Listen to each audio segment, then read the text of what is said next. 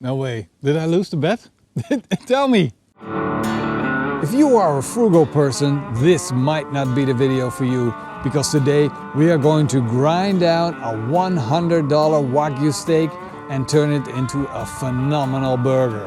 Of course, we're going to have a $5 reference steak and find out if it's all worth it. I've cooked so many burgers in so many different ways, I cannot start to mention them all. But what I didn't try is to find out if it's worth it to upgrade from $3 worth of minced meat to a grind down $100 Wagyu steak. This is minced meat.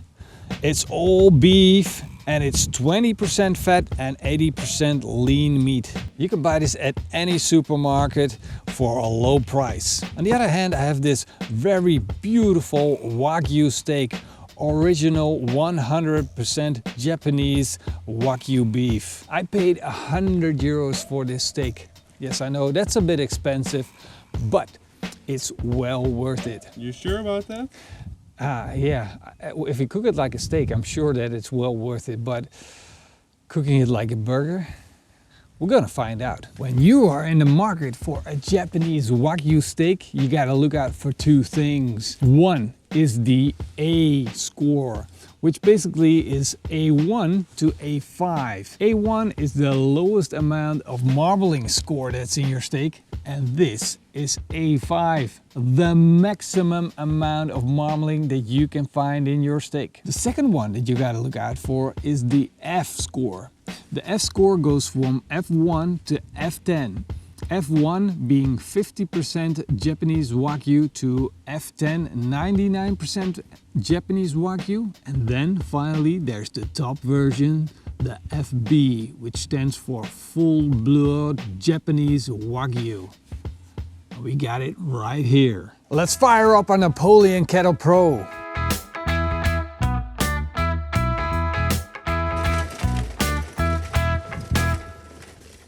I loaded up a chimney starter full of charcoal, put two fire starters underneath, lit them up and waited until the charcoal was glowing hot. Then we dumped the charcoal into the grill, set the grill grate at the lowest position and placed a griddle on top. Now we have to wait until our griddle is hot so we can prepare our sauces. We'll start off our first sauce with a teaspoon of fleur de sel, followed by 2 teaspoons of paprika powder, a quarter teaspoon of onion powder, a quarter teaspoon of a quarter teaspoon of garlic powder, don't throw that all over your table, and half a teaspoon of ground black pepper. To that we're going to add 5 tablespoons of Japanese mayonnaise and we're going to mix it all up. Perform the quick taste test.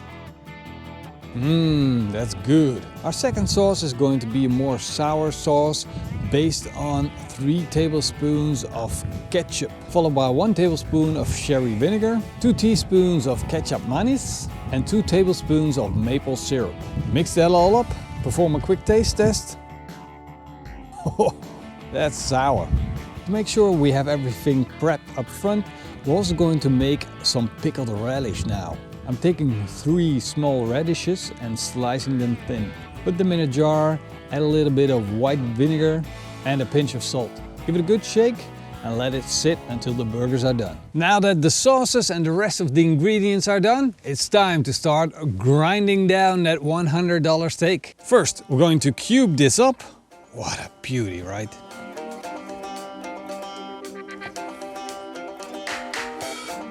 Does it hurt your feelings? Not at all. We need to find out. I ate so many Wagyu steaks, honestly. Can I say it? I don't care. You know, the thing is, like, I would have 100 days grain-fed black Angus over this, for sure. I would rather eat that steak than this one. Grinder on, there we go. Bye-bye.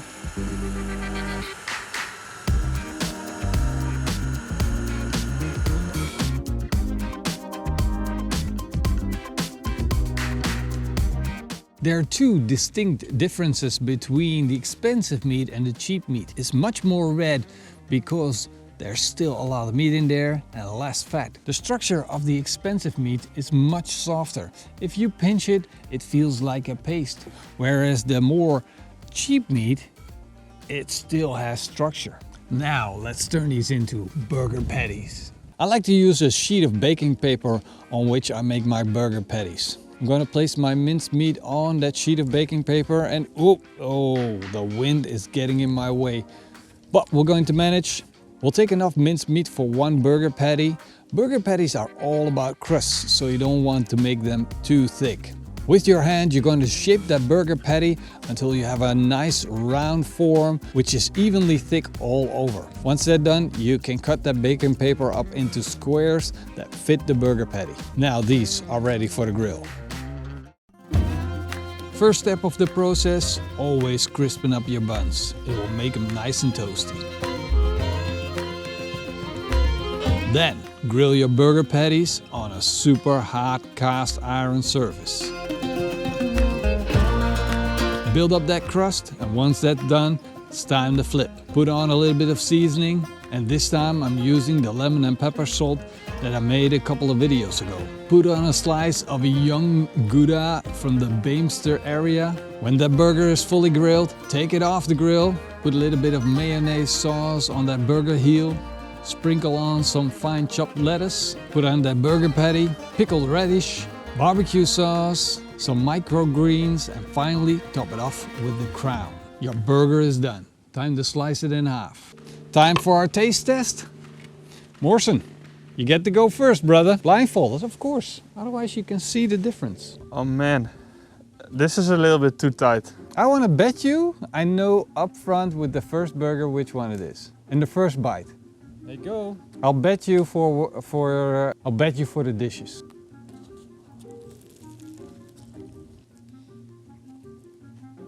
Oh, it's a supermarket minced meat. I can tell by the texture. Whoa, that lemon pepper. This is a good burger. This burger has all of the important things that a good burger has. I almost want to say that this is the Wagyu, but I can be for sure. It has a soft, fluffy bun, which is crispened up. Then it has that crispy burger patty, plenty of seasoning, a good mayonnaise-based sauce, and then a nice acidic barbecue sauce on top. But this is really, really good. A little bit of acidity crunch from that radish.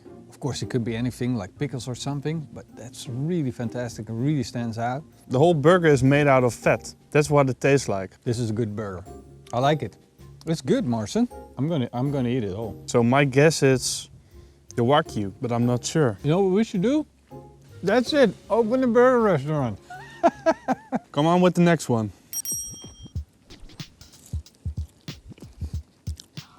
This is the Wagyu.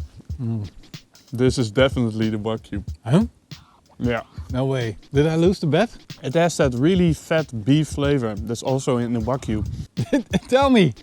You gotta tell me, man. It's so distinguished. Oh, I lost the bet. I gotta do the dishes. You can't go around it. The question is it good? No way. I like it even more. But the weird thing is, I thought that the first one was the Wagyu. This is really confusing. The burger's crunchy though, really crunchy. And it's really light. It's not a heavy burger. I like that. I like the sauce. I'm not sure. I thought the first one was the supermarket burger, but this is the supermarket version. Would you pay more than €5 for this burger? I'll pay 20 euros for this burger, but I want to have some fries with it. I'm a Dutchman. We have to negotiate about these things. Ooh, it's a Wagyu, isn't it? The first one was so powerful in flavor that I honestly thought it was a Wagyu. But then if you taste this one, then it's like an explosion of fat in your mouth, of like this really good beef fat flavor. And the other one just doesn't add up to it. You look really cool now. Yeah? Yeah. Like Yeah. Guns N' Roses. Well, let me tell you, that Wagyu definitely had more flavor. I thought with the first one, it was the supermarket version. It's like, wow, totally not worth to buy a Wagyu over, but there's definitely a difference. It's not much, but it's definitely there. I thought it would be the structure that would give it away, but that Wagyu burger, it's creamy and soft, and this has more texture, but it's the beef flavor that makes that Wagyu burger a little bit better. It just makes it, it gives it a little punch. If I was already so impressed by the first one, is it worth it? 20%. Is it worth it to go that extra mile, even if it is 20%? Well, if you ate a lot of burgers in your life, it might be. 200 times more expensive, you're right. Would I pay 20 times more for that $100 Wagyu burger? This is a great burger. This is a fantastic burger. I agree with Morrison. Wagyu burger is 20% better, but not 200 times better. Let's put it this way. I would never buy this in a restaurant. I would never grind my own purchased Wagyu for just a burger. I'm just really privileged that I work at Pitmaster X. I must say, you have to try it because it's an amazing experience. Don't do it with your own money. I really enjoyed this test, and I love how the blindfold really lets you home your senses and figure out in your mind which burger it is and why it is that burger. And it even tricks you. It tricks you into thinking in the first bite you know the difference, and I was so sure I knew which burger it was and I was wrong. There goes my ego. Hope you guys enjoyed the video, and if you did, then leave the big thumbs up and a comment down below. I want to say a special thank you to our patrons and YouTube members. You know who you are. And if not, then watch down the scrolling title at the end. See you guys next time. Until then, eet smakelijk and Keep on eating burgers. keep on eating burgers. That's right. Cheers, guys. That was a nice move, right? Yeah. Except for you still need to scroll all the Patreons. There's some stains on your lens. Look at it. It's completely dirty from grilling that. That's fine. Look at it from this point. Look at it from my angle. Oh. You're dirty. You're dirty. Is that fat? Yes, that's burger fat. That's Wagyu fat on your camera. So you gotta tell them about the video about the herbs, the lemon and pepper, because they have to recreate it. You think they don't know about it? Should we put it in the... If I can remember, I will put it in the video. Only if you can remember. Yes. Yeah. Only if you can remember. I already built in the excuse of not remembering it. I like the pickled radishes.